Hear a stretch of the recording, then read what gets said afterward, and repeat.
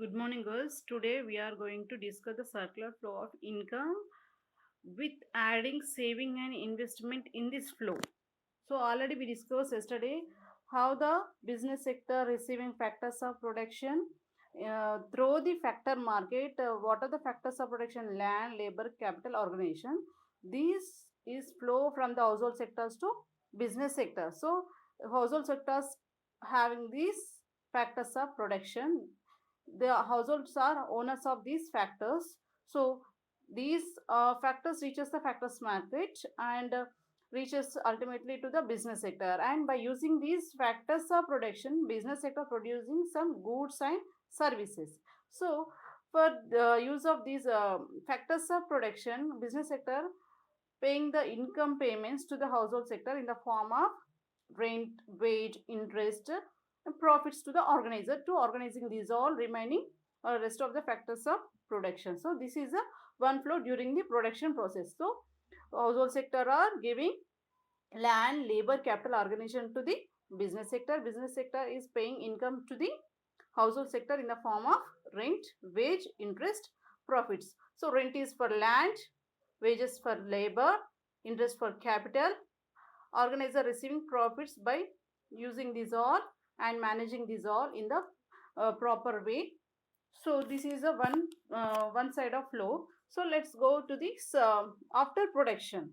So after producing of goods and services, the business sector sending these goods and services, a final product to the product market. So household sector are consuming or purchasing these goods and services from the product market. So by consuming this, they are paying consumption expenditures. So household sector are paying money, that is called the consumption expenditure. This amount reaches to the business sector. So this is a circular flow between the economy, business sector, among the business sector and the household sector. So but the household sector does not consume complete income on the goods and services. They are saving a little bit.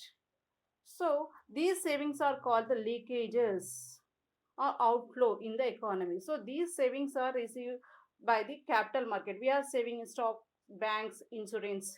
So these comes under capital market. Ultimately, the savings are reaches to the capital market. These capital market convert these savings from the household sector into the investment that received by the business sector to produce something. So business sector requires some investment to produce goods and services. Business sector is getting these investment from the capital market. So savings are the leakages, investment is injection, so that enter into the in this like business sector to produce goods and services. So this is a circular flow of income, circular flow of income in the economy in the two sector model by adding investment and saving. Is it clear, girls? If you have any doubts, you can ask me.